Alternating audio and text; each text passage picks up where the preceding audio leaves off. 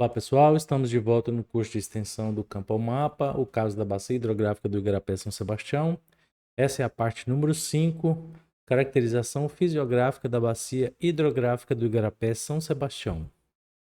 Para falar sobre esse tema, a gente vai incluir caracterização fisiográfica, parâmetros biofísicos, área de drenagem, forma da bacia, coeficiente de compacidade e fator de forma como uma caracterização da forma da bacia, sistema de drenagem que acompanham ordem de cursos dos cursos d'água, densidade de drenagem, distância média de escoamento superficial, sinuosidade do curso do rio principal e declividade média do rio principal.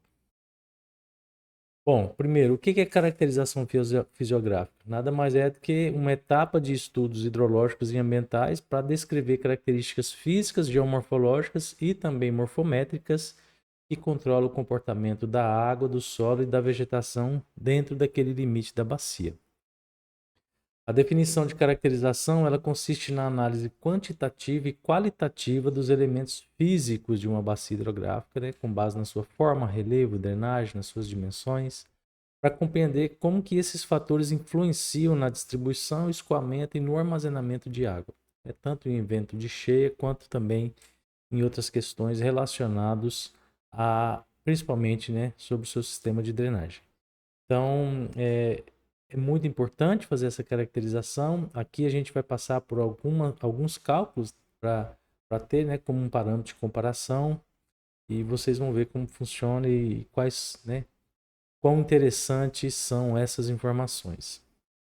Bom, para entender dados fisiográficos, né, é o que a gente vai obter com essa caracterização fisiográfica, nada mais é que são informações numéricas ou até descritivas, né, que expressam as características físicas da bacia, obtidas por medições em mapas, imagens, modelos digitais e levantamentos também de campo. Tá? Então, todas essas informações a gente vai obter por meio, né, computadorizado, medindo, né, calculando, mas de forma assim bem automática também, a maioria deles. Bom, sobre a caracterização, né, a importância do estudo de bacia, só para enfatizar essa caracterização, por que né, a gente faz isso dentro de uma bacia? Porque nessa bacia, né, o fato da mesma representar uma unidade fundamental de análise do ciclo ecológico, né, na sua fase terrestre. Vocês sabem que existe um ciclo, né, hidrológico aqui bem interessante, né, ilustrado aqui, tanto aqui como aqui, e a bacia hidrográfica faz parte dessa fase desse ciclo, mas na sua fase terrestre. Então, é importante que saibamos como quantificar isso, né, de forma a agregar nas nossas análises aqui que a gente vai ver. Bom, o comportamento hidrológico de uma bacia é a função de suas características morfológicas, né, ou seja, área, forma, topografia, geologia, solo, cobertura vegetal, entre outros, né? Então, com base em algumas dessas características, né, e outras que a gente ainda vamos ver pela frente, a gente vai conseguir caracterizar melhor aqui a nossa área de estudo. Bom, qual que é o objetivo? Entender interrelações existentes entre os fatores de forma e os processos hidrológicos de uma bacia, né? Necessário para expressar as características em termos quantitativos. Então, o que a gente vai fazer é tentar obter o máximo de informação, né? Se essa bacia tem uma facilidade de encher, se ela resiste um pouco, né, em relação aos seus canais de drenagens, como que eles são distribuídos, comprimento, né, em relação à área. A gente vai ver aqui algum deles. Bom, dentro dessa caracterização, os cursos d'água, né, a hidrografia, por exemplo, ela se destaca, né, por ser utilizado em várias dessas análises aqui, dessas abordagens. Mas aqui só para individualmente falar, né, desse curso d'água, eles podem ser também, né, objetos de classificação de acordo com o período de tempo durante, né, o qual o fluxo ocorre. Dentro de uma bacia, por exemplo, a gente pode ter os cursos d'água, né, de água perene, intermitentes, efêmeros. Perenes, pelo menos, né, eles têm fluxo o ano todo, com pelo menos 90% do ano, né, em um canal bem definido. Então, são chamadas assim aquelas drenagens mais evidentes, né? Intermitentes, né, só há fluxo quando a estação chuvosa, ou seja, quando não tem chuva eles secam, são braços, né, entre aspas, assim, muito finos, muito estreitos, tem muita relevância, assim, né, num contexto geral. Claro que tem a sua importância. E efêmeros só há fluxo durante chuvas e períodos chuvosos, ou seja, são aqueles que servem também para ajudar a drenar, mas que não exercem, assim, efetividade no sistema de drenagem, né, o tempo todo, tá bom? Esses canais, essa rede, né, esses cursos d'água, eles compõem né, um emaranhado, né, chamado sistema de drenagem, né, dentro da bacia. Então, ele forma essa rede, né, e também apresenta variações. De acordo, né, com essa variação, ele recebe algumas classificações.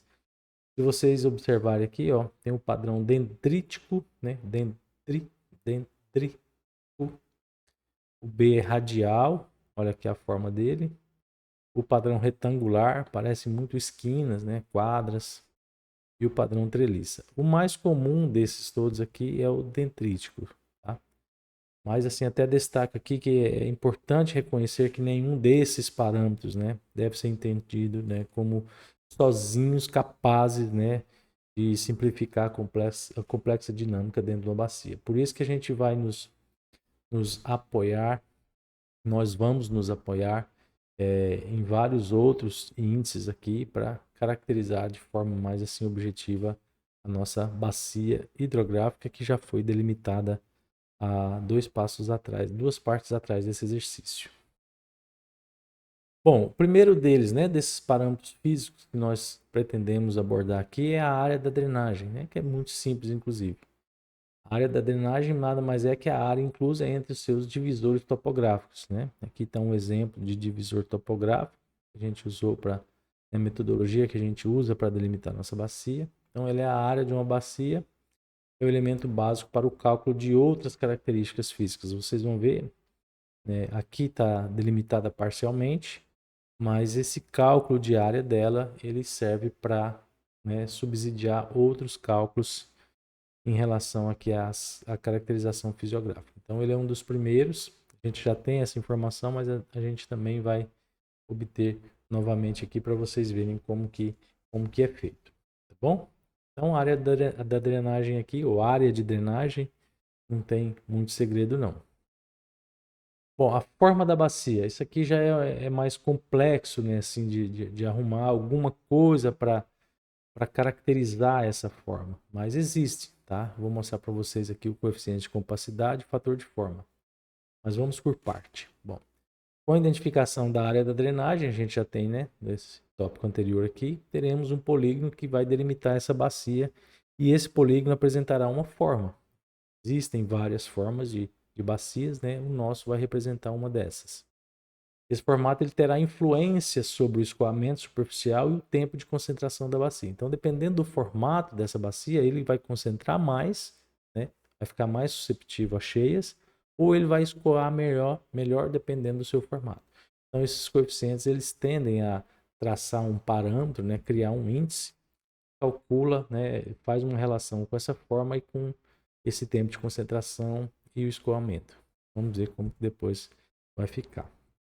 Bom, aqui eu trago um exemplo para vocês, tá?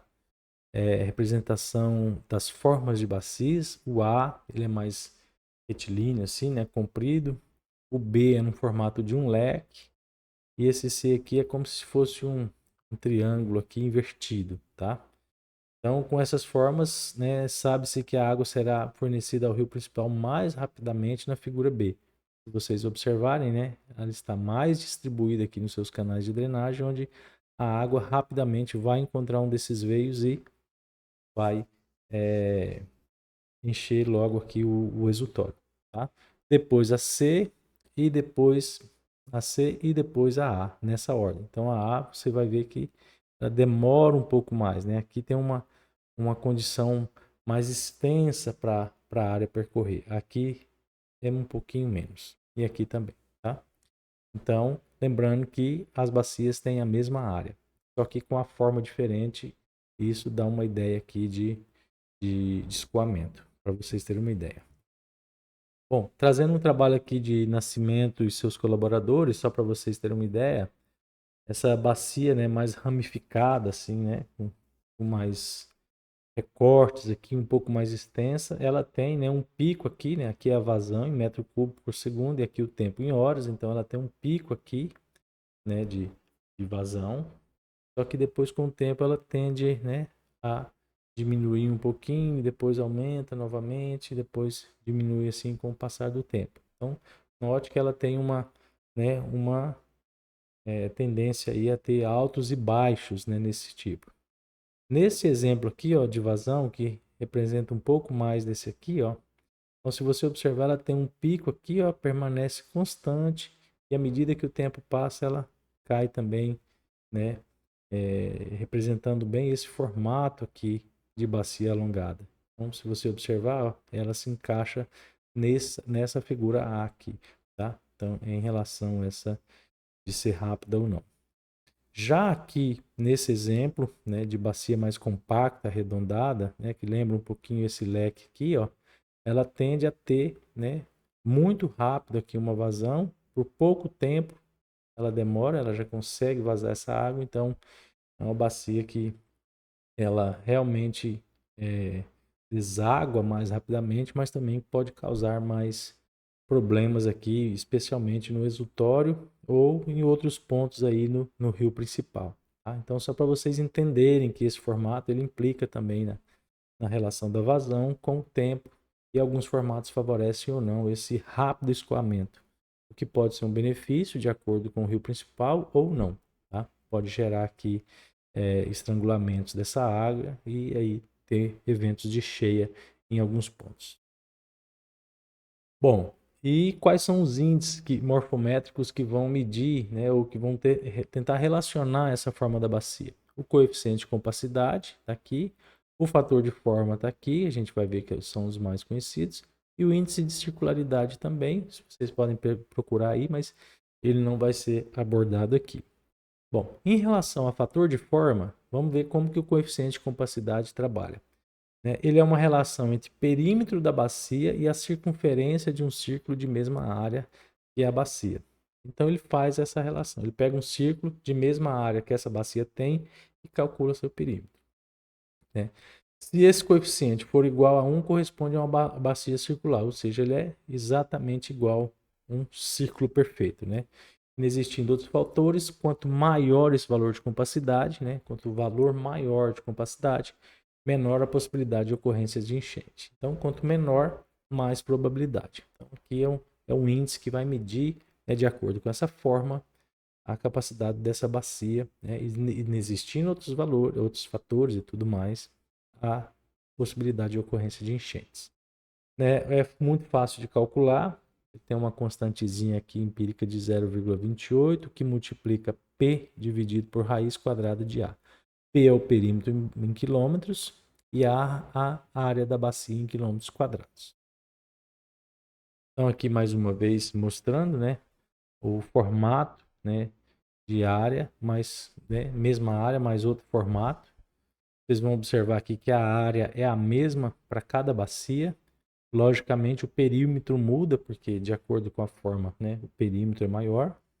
Mas vocês vão ver que eles produzem coeficiente de compacidade diferente.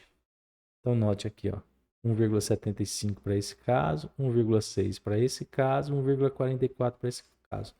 Mais uma vez, ó, o formato mais arredondado, né, maior possibilidade de ocorrências com enchentes, por quê? Quanto maior o valor de CAR, menor a possibilidade. Então, quanto maior. Então, essa aqui, ó, tem maior. Então, menor possibilidade de enchente, tá? Tem mais tempo para a água ser percorrida, também para ser infiltrada, em detrimento desse tipo aqui. Então, quanto menor esse valor, maior essa possibilidade, tá? Só inverte aqui a avaliação, tá bom? A gente vai calcular ele aqui para nossa bacia. Bom, outro parâmetro, né, fácil de calcular é o fator de forma, o próprio fator de forma. E nada mais é que a relação entre a largura média da bacia e o seu comprimento axial. Vou mostrar para vocês. Ele é medido ao longo do rio principal, desde a sua desembocadura até a cabeceira mais distante do divisor de água. Ele é dado pela, ó, mais uma vez, a área da bacia e o comprimento desse eixo axial, tá? Em quilômetros. Então, o que é isso? Eu tenho a área da bacia, a mesma área da bacia. Note que aqui eu tenho um eixo maior, como se eu tivesse deitado aquela bacia, né? A gente estava vendo ela assim, agora a gente está vendo ela deitada. Só para a gente medir esse eixo aqui, ó. Então, você pega daqui a aqui, mede 10 quilômetros. Esse valor é ao quadrado, tá aqui, ó, tá vendo? O comprimento do eixo ao quadrado, dividido pela sua área. Então, tá aqui, ó, quilômetros, 100 quilômetros com 100, 0,2. E esse aqui, 0,8. E é só para dizer, ele dá uma ideia da tendência de bacias a cheias, né? E comparando, né, sempre quando você tem dois índices desse, maior o fator de forma, mais propensa a cheia. Ó, maior fator de forma. Então, mais uma vez, esse tipo de formato aqui sendo, né, associado aos maiores eventos de cheias, porque a água vai chegar mais rápido nesses canais e vai colapsar aqui, tá? Em detrimento desse aqui. Tá bom? Então é muito simples de calcular. Nós temos a área já. Vamos calcular esse comprimento axial. Eu mostro para vocês e vai ser bem tranquilo. Bom, agora falando de sistema de drenagem, né, que é o nosso sistema vivo ali dentro da bacia hidrográfica, né, que são nada mais é do que os canais que vão drenar essa área, essa água que chove dentro desse limite topográfico, da nossa bacia, para um rio principal, desse rio principal para outro rio. Então, o sistema de drenagem de uma bacia é constituído pelo rio principal e seus afluentes. Esse sistema consiste no sistema de drenagem da bacia e tem influência direta na taxa de escoamento. Então, quanto mais rico de drenagem, né, mais complexo é esse sistema, mas também, né, entre aspas, consegue drenar um pouco melhor. Uma bacia com esse sistema bem distribuído, né, na sua área, proporciona menor tempo de concentração, ou seja, a água não concentra tanto nesses lugares, ela é rapidamente infiltrada, né? Ou seja, o escoamento superficial concentra-se mais rapidamente no curso principal e não nessas áreas, tá? E os picos de enchente são altos, mais em torno desse rio principal e do seu exutório. Então, quanto mais veias, né, mais drenagens tem, mais rápido é. E aí vai uma forma de injetando, né, injetar mais água nesse rio principal. Pode colapsar, com certeza, né? E também o seu exutório.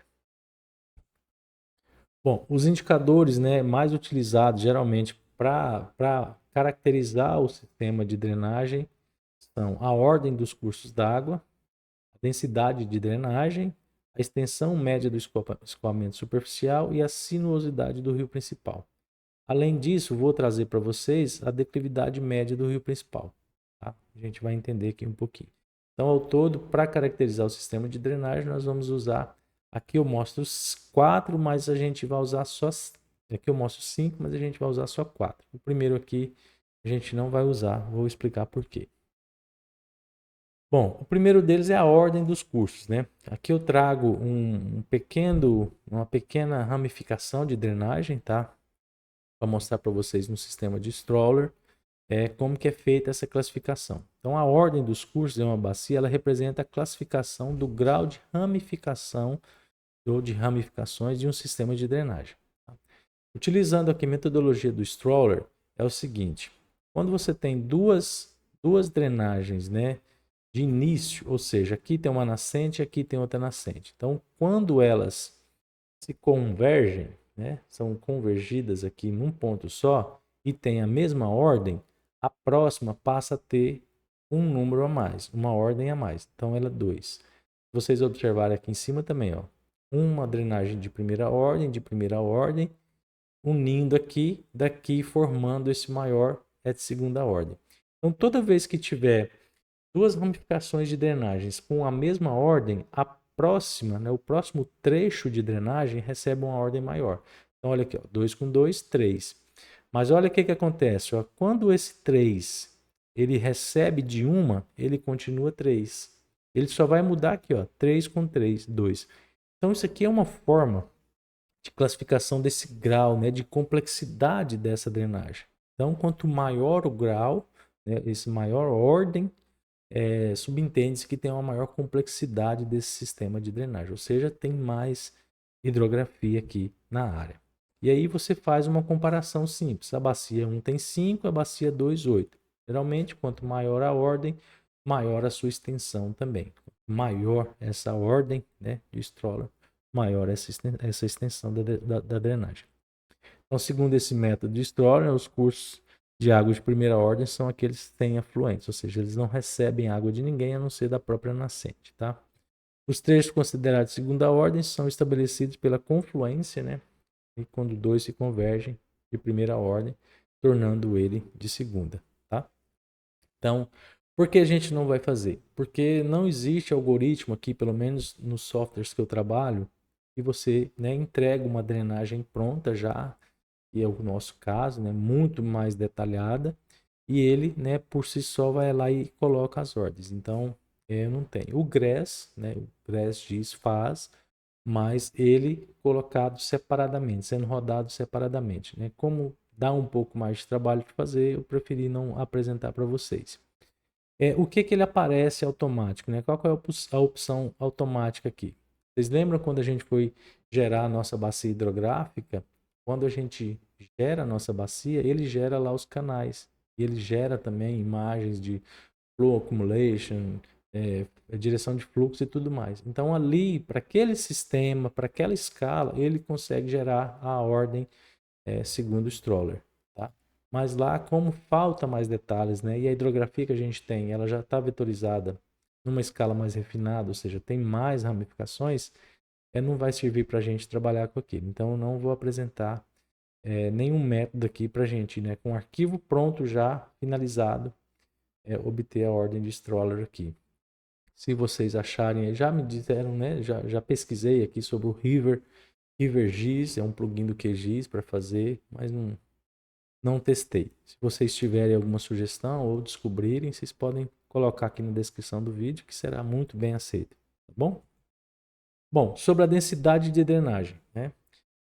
Densidade de drenagem, ela reflete o grau, né? Reflete o grau de desenvolvimento desse sistema, né? Em uma bacia, sendo essa expressa a razão entre o comprimento total de todos os cursos d'água, né? Sejam eles efêmeros, intermitentes ou perenes, né? Lembra que a gente falou deles? Independente disso, né? Então, a relação desse comprimento do somatório total e sua área total, a área da bacia. Então, ele é um índice importante que vai refletir a influência de geologia, topografia, do solo, da vegetação e está relacionado com o tempo gasto para a saída do escoamento. Ou seja, um lugar onde você tem mais densidade de drenagem, provavelmente você tem uma drenagem maior. Tá bom? Então, tá aqui, ó. A expressão é dada pelo somatório desses comprimentos de todos os trechos de drenagem da sua área, dividido pela área da bacia. Então, é uma unidade por quilômetro quadrado, certo? Então, e aí tem uma classificação também proposta por Stroller que vai falar, dependendo, né, do grau de densidade da sua bacia, elas podem ser classificadas como: ela é baixa quando a sua densidade é menor que 5 quilômetros de drenagem por quilômetro quadrado de área. Ela é média quando você tiver entre 5 e 13,5 quilômetros de drenagem por quilômetro quadrado de área. Alta entre 13,5 e 155,5 quilômetros por quilômetro quadrado. O salto aqui foi grande, hein? E ela é muito alta quando for maior que 155 quilômetros por quilômetro quadrado. Então a gente também vai ranquear aí a nossa bacia de acordo com essa classificação e saber em que classe ela se encontra. Bom, a extensão média do escoamento superficial. O que é isso? É aquela extensão que efetivamente ocorre, né, sobre o terreno, passa a ser bastante diferente dos valores determinados por esse índice, porque ela, na verdade, ela é uma indicação. Ou seja, se chover em determinado local, essa água, em quantos metros médios, né, qual que é a distância média, ela vai encontrar uma drenagem. Tá? Então isso é interessante porque tem relação direta também com a densidade da drenagem. Né? Uma área com um pouco menos de densidade de drenagem vai ter uma distância maior até essa água encontrar, né, um canal de drenagem. Então é isso que ela vai fazer. Então, Para o cálculo, ela considera aqui, ó, uma bacia de área A, né, sendo representada por uma área retangular e tendo seu, né, um curso de água de extensão L passando aqui no seu centro. Então imagine só, isso aqui é a extensão média do escoamento, né? Ela vai representar aqui, ó, a linha de todas as suas drenagens, né? Do somatório dela, como se fosse, né? Se você tivesse somado tudo isso e colocado numa linha só, né? Esticado essa linha, colocando um trecho após o outro e esticando. E depois ele vai calcular esse ponto, né? Qual que é a distância média, né, desse escoamento, né? Choveu aqui, ele já encontra um braço de drenagem. Então a gente vai usar essa forma aqui, né, que é a área dividida por 4 vezes o comprimento total dessas drenagens. Tá? O resultado vai ser em quilômetros. E aí a gente vai ver aqui, ó, que neste caso aqui, ó, de 180 a 190 metros. Né? Neste exemplo que eu usei aqui, em 190 metros choveu, vai ter uma ramificação, né, média, né? Vai ter uma ramificação média e vai encontrar uma drenagem. Tá? Lembrando que vocês podem achar isso como extensão de escoamento, distância de escoamento ou comprimento médio de escoamento. Tá? Então, nada mais é do que achar esse ponto aqui, ó, e falar, ó, quando chover aqui, mais ou menos em média, tantos metros, ele vai encontrar um sistema de drenagem. Tá? Então, isso implica também dizer que quanto mais distante isso, a água pode concentrar um pouco mais, dependendo da declividade. Isso aí pode causar algum problema, dependendo da cobertura também que tem nesse solo. Tá? Então, só para vocês terem uma ideia, choveu quanto tempo, né? Qual que é a distância? Quanto tempo não? Qual que é a distância que essa água vai ter que percorrer para encontrar uma drenagem? Valores baixos, né? Os canais são próximos entre si. Muito bem, né? Tem a ver com a densidade, né? Rápida concentração do escoamento, maior risco de cheio. Ou seja, choveu, já encontrou, ela já inunda o veio d'água. Valores mais altos são canais mais distantes, né? Porque ela tem que percorrer mais para encontrar aquela drenagem. Então, escoamento mais longo, maior tempo de concentração no solo dessa água, ela vai ficar mais tempo ali. Então, tem maior infiltração também, o que, de certa forma, vem de encontro com aquilo que eu disse para vocês. Dependendo dessa declividade, né? Pode ser muito baixa também, ou do que tem por cima, pode favorecer também, né? Escoamentos assim para tipo de erosão, alguma coisa assim do sentido, tá? A gente vai fazer isso aqui também. Sinuosidade do curso de rio principal, né? No nosso caso aqui, a sinuosidade do Igarapé São Sebastião. Então, a sinuosidade do curso d'água principal representa, né, a relação entre o comprimento do rio principal e o comprimento do Talveg. Talveg é a distância, né, entre as suas pontas ali. Vou mostrar para vocês. Medida em linha reta desde a nascente do rio principal até o seu exutório. Né? Esse termo dá uma ideia da quantidade de curvatura do rio principal. Então, vou mostrar para vocês aqui. A sinuosidade representa um fator controlador da velocidade de escoamento, ou seja, quanto menor a sinuosidade, mais rápido o escoamento. Né? Quanto menos sinuoso, vai mais rápido. É como se estivesse dirigindo um carro. Numa reta, você até acelera um pouco mais. Quando tem muita curva, você tende a ir um pouco mais devagar. É isso aqui que reflete isso. Então, ó, isso aqui, mais uma vez, é a bacia parcialmente delimitada, não é o nosso caso aqui, que a gente está trabalhando com ela inteira. Então, nós temos aqui, ó, o exutório e a nascente. Note que o Igarapé São Sebastião ele tem uma sinuosidade. Né? Por que sinuosidade? Porque o certo seria ir reto, né? Da nascente ao exutório. Então, nós temos aqui uma distância de Talveg e temos uma distância do rio principal, e também a medida. Então, nós temos essa fórmula aqui, que é só jogar ela em cima. Jogou aqui a distância do Talveg dividido pelo o rio, né? A distância, a extensão, aliás, do rio principal pela Talveg, que é essa linha reta. Ele vai dar um valor e esse valor vai mostrar para a gente, né, a questão da sinuosidade do rio. Note que se esse valor for próximo de 1, mais retilíneo ou menos sinuoso é esse rio. Porque se eu estou dividindo isso aqui por quase esse valor, a tendência aqui é dar 1. Concordam comigo? Se o comprimento aqui, ó, desse rio fosse também 65,1, seria exatamente igual ao Talveg. Então, dividindo um pelo outro, seria 1. Então, quanto mais próximo de 1, mais retilíneo é esse rio. Tá? Quanto mais longe desse 1, mais sinuoso ele é. E agora, a declividade média do rio principal, ou né, declividade média, declividade média, né? Na verdade, a gente fala do rio principal porque a gente considera só nascente e exutório. A gente não está falando assim, né, de todo o percurso do rio. Mas ele representa o grau de inclinação, né, dessa bacia, que tem influência direta na velocidade também de escoamento. Quanto maior a declividade, né, então tem um ponto aqui muito alto da nascente e um muito baixo do exutório. Quanto mais alto, né, quanto maior for esse delta, aqui essa diferença de altitude, né, maior, mais rápido será o escoamento superficial. O tempo de concentração será menor e os picos de enchente serão serão maiores nos pontos mais baixos dessa bacia. Mostrando aqui para vocês. Ó. Nesse gráfico aqui, ó, nós temos aqui a nascente, né, tem que ser mais alta. O exutório tem que ser mais baixo, então eu tenho uma altitude aqui na nascente e uma altitude no exutório. Tem que ser mais alta a nascente para a água poder seguir, né? Então tem aqui essa diferença de altitude. E aí a gente calcula essa declividade média do rio principal.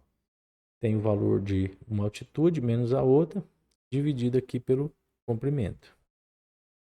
Esse comprimento, neste caso, ele é dado em metro, porque a unidade que a gente entrou aqui com a altitude também é metro, tá? Só ter esse cuidado aqui na hora dos cálculos, porque a gente tem trabalhado com a extensão em quilômetros, tá? E aqui vai ser essa extensão do Talveg aqui, ó, vai ser em metros, tá bom? Fez isso, a gente tem a declividade média aqui. Esse valor, comparativamente com o outro, você pode saber, né, em relação quanto será, qual bacia, né, qual situação você tem maior tempo de concentração e menor picos de enchentes ou não, tá bom? A gente vai ver passo a passo cada um desses aqui, de maneira assim, bem didática, né, bem tranquila de fazer, para que vocês também possam repetir isso aí para outras bacias, caso tenham interesse, tá bom? Bom, pessoal, a parte 5, né, dessa teoria, da caracterização fisiográfica, termina aqui.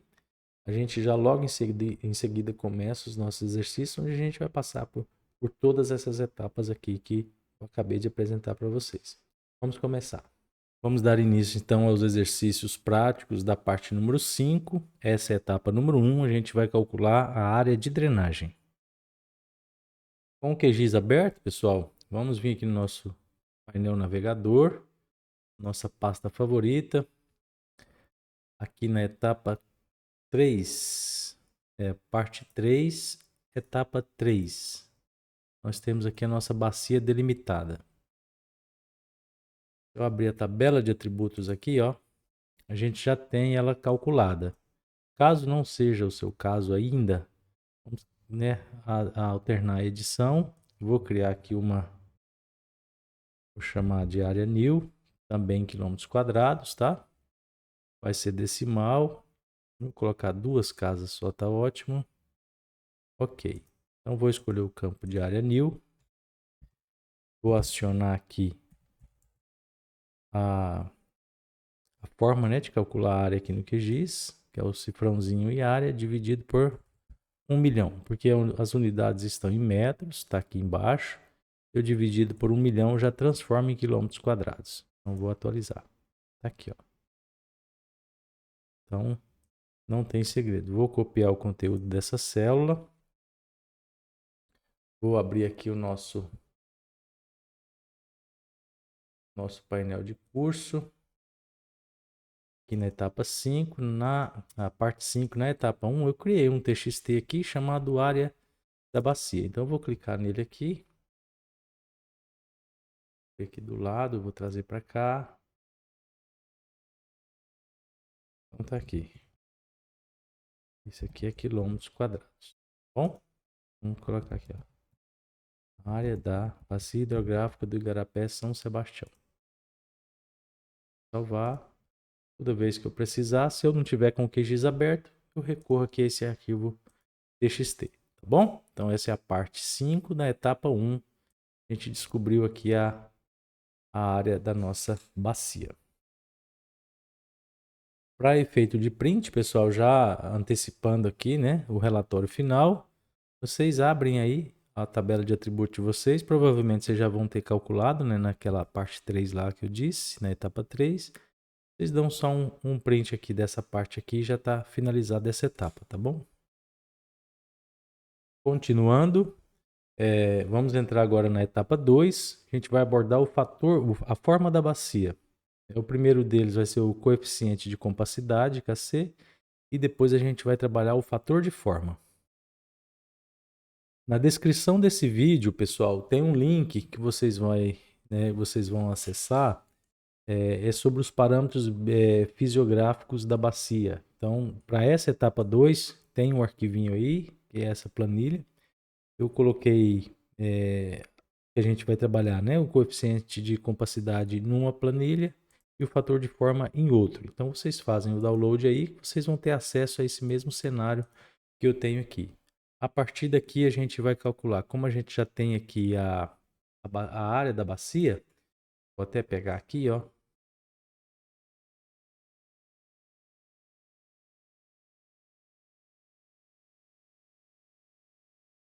Essa é a área, certo?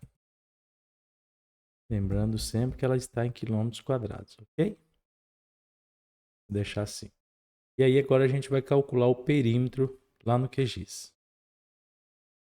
Bom, com o QGIS aberto, pessoal, a gente tem que fazer uma pequena conversão desse dado que é polígono, tá? A gente só aplicou uma simbologia aqui, mas ele é um polígono, tá?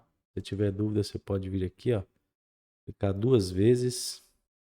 Pode vir aqui na informação dele. Você vai vir aqui, ó, no tipo de geometria, tá vendo? Polígono. Então a gente vai transformar ele em linhas. Então vamos vir aqui em vetor, geometrias. Nas geometrias tem aqui, ó, polígonos para linhas. Vou pegar a bacia, vou salvar no arquivo.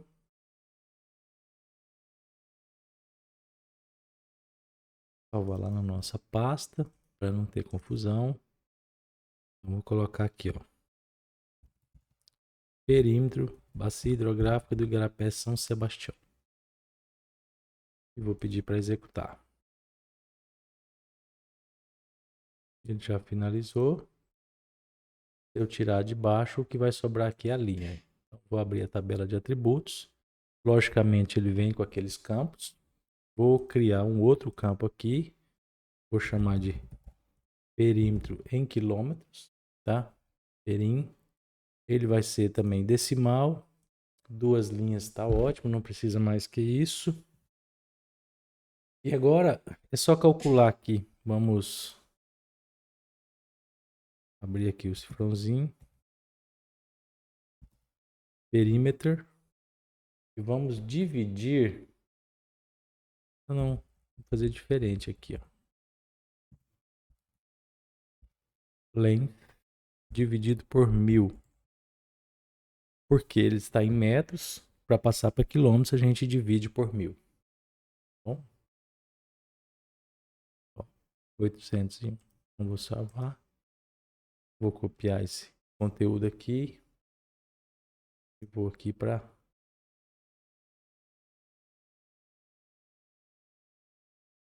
nossa planilha. Perímetro km. Bom, então agora ficou fácil, né? Vou clicar em aqui em OK. Vou pegar aqui, ó. A gente pode fazer separado se vocês quiserem, mas eu já vou fazer aqui junto, ó. Esse aqui multiplicado. Vou fazer o perímetro dividido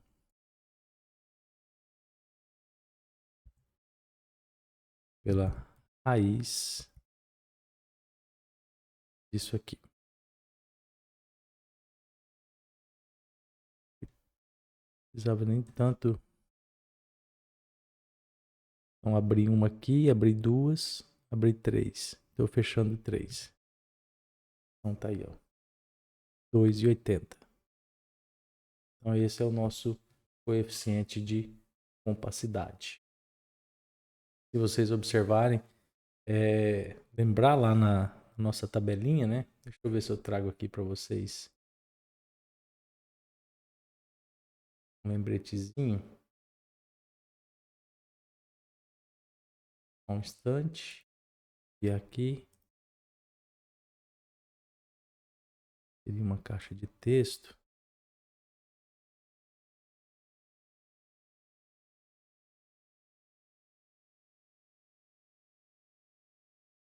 Então, esse aqui é o nosso valor, tá?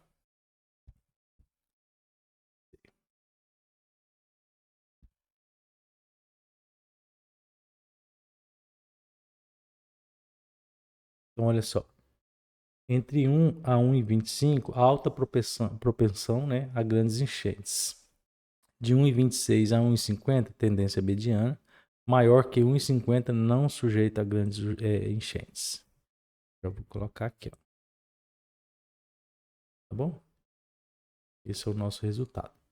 Então, mais uma vez, né, para a questão de print, vocês dão um print aqui para a gente complementar essa parte da etapa número 2. A gente agora vai aqui para fator de forma. O fator de forma, ele requer aqui um comprimento do eixo da bacia. A gente vai elaborar esse comprimento de eixo de bacia agora e depois vai voltar aqui, porque a área a gente já tem. Posso até trazer ela para cá, ó. Pronto.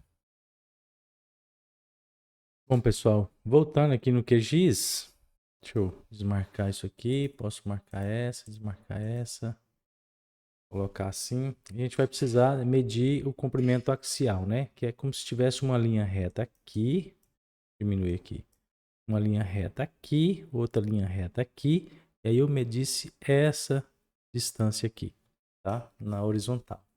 Então, para isso, a gente vai usar aqui uma caixa delimitadora. A gente pode vir aqui, deixa eu lembrar, criação de vetor, metria, vetor, geometrias, em outra parte aqui, geometria do vetor, aqui, geometria do vetor, e aqui nós temos aqui, ó, limite mínimo de geometria, limite mínimo de geometria. Então, o que eu vou fazer? Vocês vão entender o resultado aqui no final, tá? Então, aqui eu vou colocar minha bacia. Campo opcional, não precisa. O tipo de geometria aqui, eu acho que pode ser essa aqui, ó, envelope caixa delimitadora. Tá? Vou colocar ele lá na nossa parte também. Vou chamar aqui de caixa imitadora.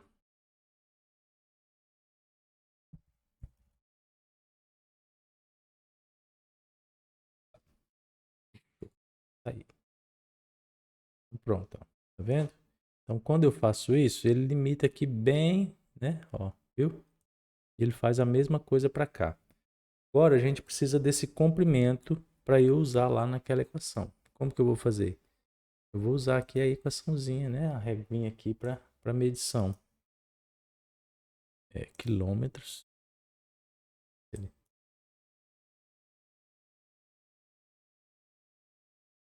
Uma ancoragem aqui.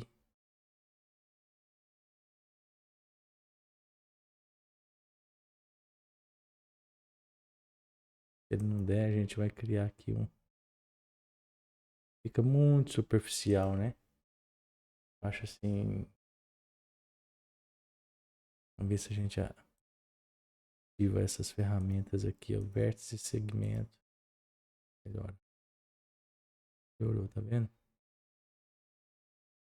Pronto, ó. Então aqui nós temos, ó, 154,74. 154,74. 154,74, que é km. Pronto, então agora a gente já tem aqui o que fazer. Vamos pegar aqui simplesmente, vou chamar aqui de KF. igual a área dividido pelo comprimento ao quadrado. O chapeuzinho 2, tá?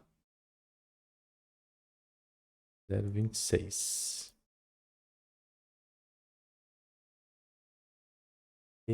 Essa é a nossa, é o fator de forma.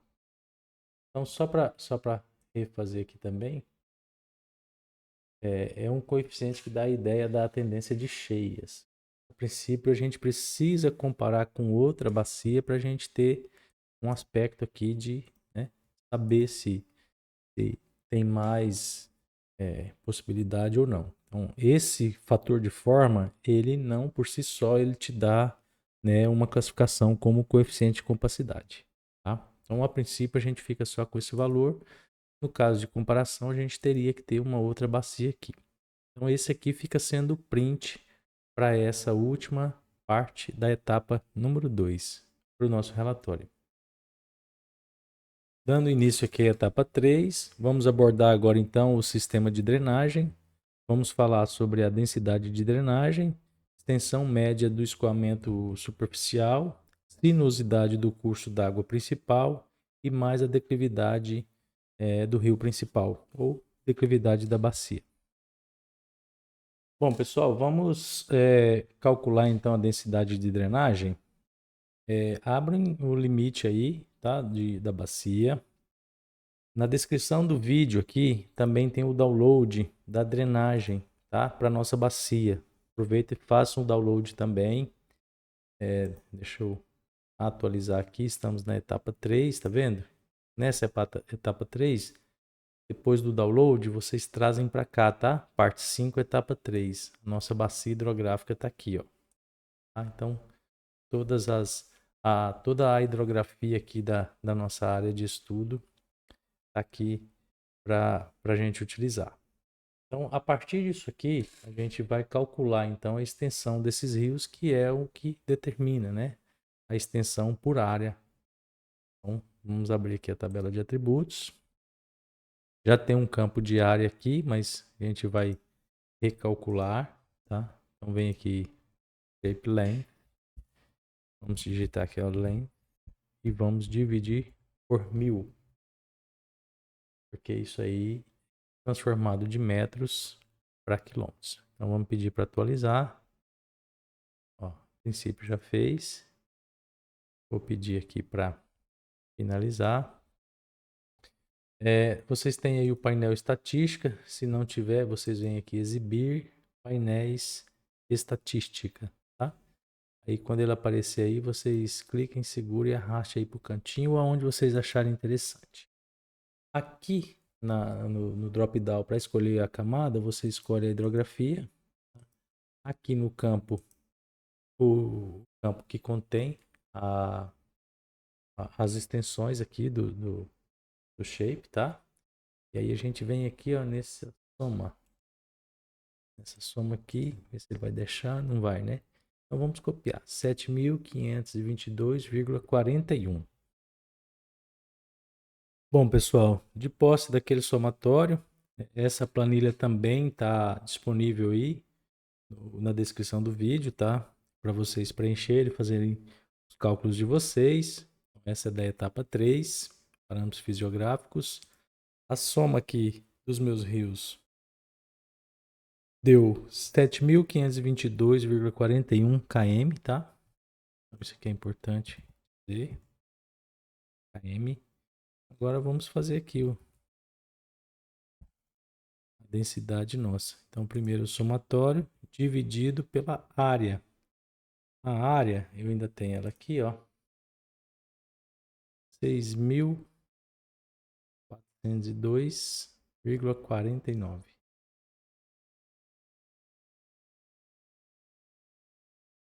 Essa é a nossa densidade, ó. É de 1,17, né? Eu posso até diminuir mais, ó. 1,2, tá? Quilômetros por quilômetros quadrados. Então ela encaixa aqui, ó, nessa de baixa, né? Uma baixa densidade. Também, né, uma área muito grande, 6.000 e 6.402,49. Então, ó, 6.402,49 a área da nossa bacia. Tá vendo? Esse aqui é mais um cálculo nosso. E mais um print aí para a gente complementar o nosso relatório. E esse aqui da etapa número 3. Pessoal, para calcular a extensão média de escoamento superficial, a gente já tem tudo que precisa. A gente já tem a área e nós já temos o somatório. Então é só substituir aqui, ó. Eu vou copiar isso aqui com isso aqui. Vou trazer para cá. Essa aqui vai ser o nosso somatório, tá? De LC. E esse aqui, a área da bacia. Pode chamar nosso LM aqui. Vai ser igual. Vou pegar a área dividida por 4 vezes o nosso somatório. Dessa forma, ó. Olha aí, ó. Isso aqui é km, tá, pessoal? Então, em média aqui, ó, a água para chegar em um dos canais da nossa bacia vai precisar de 210 metros. Tá vendo? Assim que a gente calcula aqui nossa extensão média de superficial, de escoamento superficial. Tá bom? Olha só. 210 metros, a água encontra um desses reservatórios, desses canais, aliás. Para efeito do exercício, dê mais um print aqui para a gente seguir também aqui na nossa atividade. Bom, pessoal, dando continuidade, agora a gente vai trabalhar com a sinuosidade do rio principal. Ele demanda aqui a extensão do rio principal, né, que é o L, e o tal VEG, aquela medição que a gente faz entre nascente e o exultório. Então, para isso, a gente vai abrir aqui o QGIS. Quero mostrar para vocês o seguinte. Aqui, né, é o nosso rio principal. Só que se vocês observarem, ele está no formato linha. Tá? Essa informação eu já disponibilizei para vocês. Ó, é linha, tá vendo? Só que para representar a largura, né, nessa base de dados, eles fizeram uma outra linha aqui. Tá? Então, isso aqui ó, significa uma lâmina de água, ou a massa de água aqui do nosso igarapé. Aqui para frente, acho que devido ao seu fato mais estreito, né? Ele já, ó, tá vendo? Aqui já começa a ser só uma linha. E isso aqui, ó, nessa condição aqui, ó, ele vai alterar o comprimento dele natural. Então, o que precisa ser feito? Uma edição, né, deixando apenas uma linha. Foi o que aconteceu aqui, ó. Vou colocar ele mais grosso aqui para vocês terem ó, tá vendo? Então eu editei essa informação para vocês, ó, tá? Considerando apenas aqui a um lado para a gente fazer esse cálculo, tá? Então essa informação está disponibilizada também na base de dados aqui, na descrição desse vídeo. Então para esse efeito aqui a gente precisa desconsiderar essa massa de água aqui, porque senão ele vai recalcular aqui o comprimento, ó, e vai gerar duplicidade em alguns trechos onde ele tem isso, ó, tá vendo?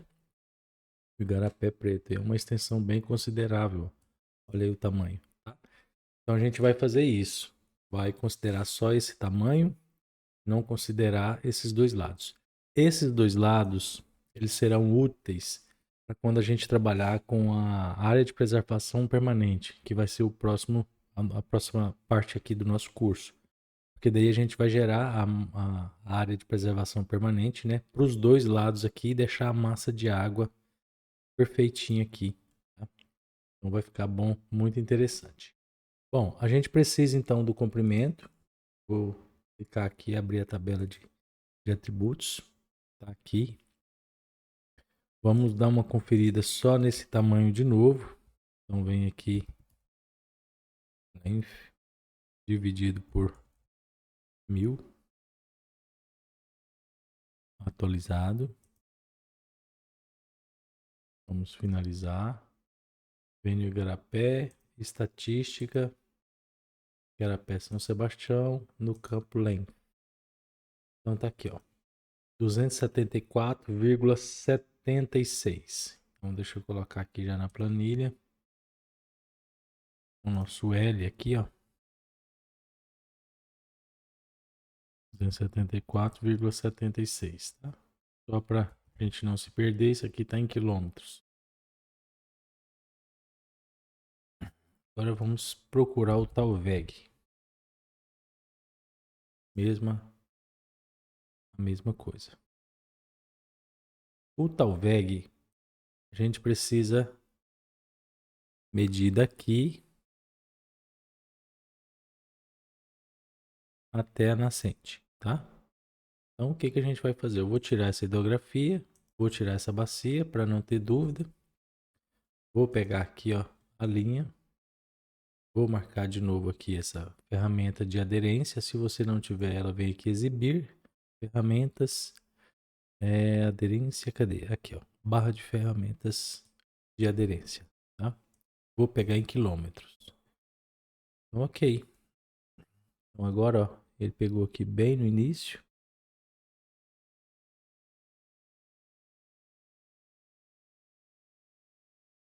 Dá um zoom bem aproximado para ele pegar, ó.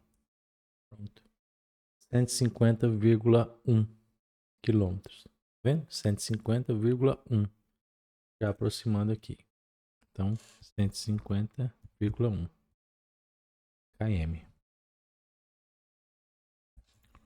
Pronto. Então, dessa forma, agora a gente consegue calcular aqui nossa sinuosidade. Vai ser igual a extensão do rio, 274, dividido por 150. Ó, 1,83. Mais uma vez dizendo, quando esse valor ele é próximo ou igual a 1, mostra que a extensão do rio é igual ao comprimento do Talveg. Tá? Se aqui fosse, por exemplo, ó, 150,1, tá vendo? Seria o mesmo, porque 1 dividido pelo mesmo número vai ser 1. Então aqui você note que ele realmente tem uma sinuosidade. Mais uma vez, a informação por si só, trabalhada sozinha, ele não serve muito de parâmetro, né? E sim para comparar com outros. Neste caso aqui, a gente sabe que ele é sim sinuoso, porque deu, né, maior do que um aqui, quase chegando 2 vezes maior. Ou seja, o seu comprimento aqui é quase 2 vezes maior do que o Talveg. Aqui, para ser 2 vezes maior, teria que ser 300 km. Certo, pessoal? Então, assim a gente calcula a sinuosidade aqui do rio principal, que no nosso caso é o Igarapé São Sebastião. Para finalizar essa parte aqui, né, da sinuosidade, não a etapa em si, porque ainda falta declividade, vocês dão um print aí para colocar no relatório.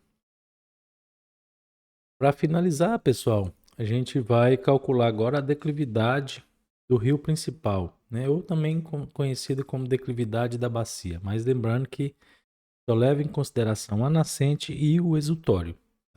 Então eu não acho muito certo falar da declividade da bacia, e sim do rio principal. Pessoal, voltando aqui, então a gente tem agora que pegar a altitude dessa nascente e a altitude aqui do exutório. Como que a gente vai fazer isso? Eu vou vir no painel navegador, vou expandir aqui a parte onde a gente trabalhou, né, com o nosso modelo digital de elevação. Vou colocá-lo aqui, fazer para baixo, aplicar aqui um efeito nele, inverter aqui esse gradiente, aqui, vendo? Esse é o nosso MDE. Não precisa ser recortado para a bacia porque não faz diferença, tá? O que a gente vai fazer agora é criar 2 pontos. Vou criar aqui na camada, tem aqui a opção, ó, nova camada shapefile. Também pode vir aqui, ó, camada, criar nova camada shapefile. Aqui no nome do arquivo, eu vou clicar aqui na etapa, eu vou chamar de exutório e nascente. Vai ser do tipo ponto. Vou pegar aqui as referências do nosso projeto, tá? E pode ser só a identificação mesmo, não preciso... Se bem que eu posso criar aqui um campo chamado local, vai ser string mesmo. Vou chamar aqui no máximo 15. Vou adicionar o campo. Então vai ter um ID e o local. Vamos lá. Aqui o exutório. Vou editar. Vou também adicionar aqui todas as camadas, segmento e vértice. Agora eu vou clicar aqui, ó. Vou desabilitar aqui. Tá só o... Então esse lugar aqui, vou chamar de ID1 e vai ser o exutório. Agora vem para cá. Nesse local aqui, vou clicar outro. O ID é 2 e vou chamar de nascente. Vou salvar para a edição. Vou aproximar para a camada e pronto. Agora eu quero usar esses pontos para pegar o valor do pixel que está aqui atrás dele, tá? Debaixo dele. Como que a gente vai fazer isso? Vamos aproximar aqui. Note que tabela de atributos não tem nada, tá? A não ser a identificação. Então aqui, ó, vocês vão procurar por essa ferramenta aqui, ó.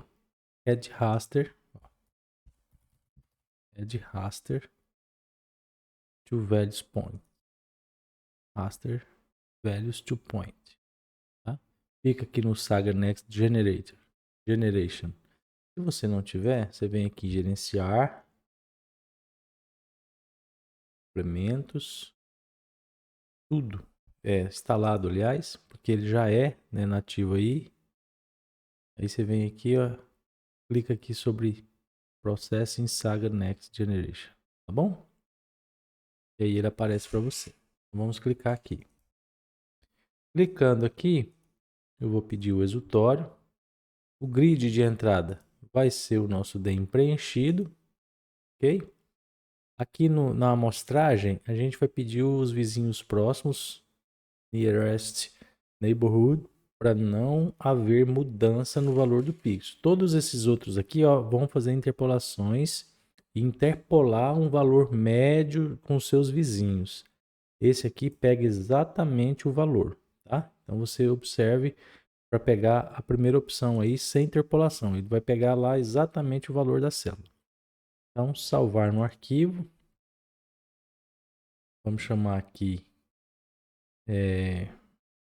dois pontos, bacia, parte 5, exutório e nascente. Vou chamar com dado de altitude. Pronto. Então, executar.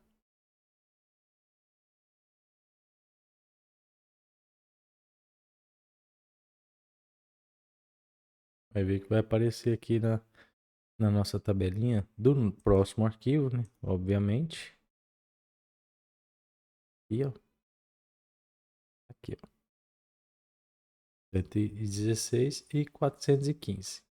Agora, vou preencher esse dado aqui com essa informação. Vou pegar aqui.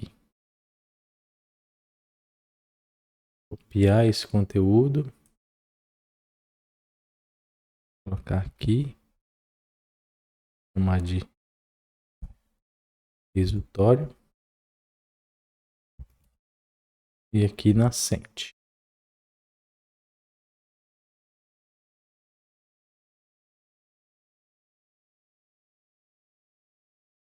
Bom, pessoal, já que a gente já conseguiu aqui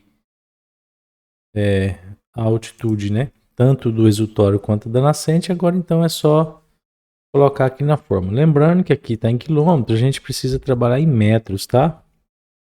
Lembre. E essas altitudes aqui, ó, estão em metros. Então, só fazer isso aqui, ó, igual esse aqui vezes 1000. Então tá aqui. Tal VEG aqui é 150.100 metros, ok? Então vamos fazer aqui, ó. declividade média vai ser igual. Vou abrir um parênteses. A maior menos a menor dividido pela distância. Olha o tanto que deu baixinho. E agora eu multiplico por 100, simplesmente colocando aqui em porcentagem. Olha só o que acontece. 0,17% é a declividade média desse rio. Também porque, olha só a diferença altimétrica aqui, né? Que é essa primeira parte de cima aqui da fração, ó. São 240 metros de desnível, certo? Só que o que acontece? São 240 metros, 249 metros, mas olha, em 150 quilômetros. Então é muito suavizado, né? Para você percorrer tudo isso aqui, o comprimento é muito grande. Se você tivesse, por exemplo, aqui, ó, uma distância menor, por exemplo, só de 70 mil ou 70 quilômetros, ó, aí vai mudando. Vamos supor que esse rio fosse só de 15 quilômetros. Ó, a declividade vai aumentando, porque o percurso é menor e o desnível continua o mesmo. Se fosse de 5, ó, e aí ele vai aumentando, tá? Mas não, ele é de 150 mil e 100 metros. Então, por isso que essa diferença aqui, né, esse ΔH, de diferença da altitude aqui, ela é suavizada pela extensão do rio, que é muito grande. Tá bom, pessoal? Então, ó, por isso que deu uma declividade muito baixa aqui. E o que significa também, né, que o escoamento pode ser bem menor do que precisa. Né, com extensão grande, né? Isso pode indicar também alguns lugares aí de alagamento nesse rio principal. Para finalizar aqui, pessoal, vocês dão um print nessa parte aqui da nossa cota, tá? E assim a gente finaliza aqui essa parte dos prints. Para finalizar aqui a nossa parte, vocês organizam esses prints de vocês no relatório, no formato PDF. Acesse lá a nossa sala de aula do Classroom, anexe o relatório de vocês e fica tudo certo aí para obter o certificado ao final do curso. Tá bom, pessoal? Até a próxima aula.